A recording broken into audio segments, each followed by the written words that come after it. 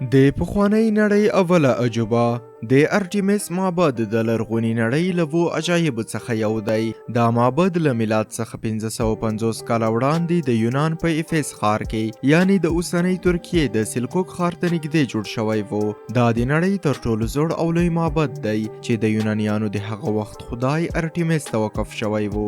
ارټیمیس په یوناني مذهب کې د وحشي حیواناتو، د ښکار، نباتاتو او د افت او زیږون خزینه خدای و.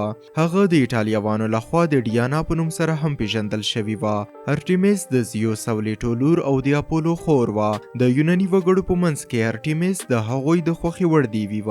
دا د نړۍ د پخوانیو عجایبو څخه یو له غوره ساتل شوو معبدونو څخه و. دا معبد د سنگ مرمر او چونې له ډبرو څخه جوړ شوی و چې شاوخوا 380 فوټه اوږدوالی او 180 فوټه پراخوالی درلوده، یعنی د فوټبال د میدان په پرتله 20 فوټه لوی و. دا په اصل کې د موسولوس د مقبرې په توګه د هغه د خدمت لپاره جوړ شوی و، خو په 9 میلادي پیړۍ کې دا معبد د سیلاب له امله ویجاړ شو. د هغې بیا رغونه په خورا لوی شکل کې د 1550 قبل المیلاد په شاوخوا کې د همغه سیمې د تکړه معمار چیرسیفرون او د هغه زوی میتاګینس لخوا پیل شوه او د بشپړولو لپاره یې 10 کاله وخت نیولی و.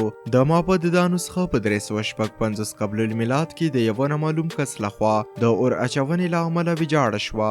یوازې د وروستي معبد بنسټونه او ټوټې په سیمه کې پاتې دي او د ترکیې دولت د ارټیمیس د معبد نوی ماډل په مینیاتورک پارک استانبول کې جوړ کړو ترڅو چې د معبد احتمالي بڼه انځور کړي. ملګرو، د نن ویډیو تر همدې ځایه وه.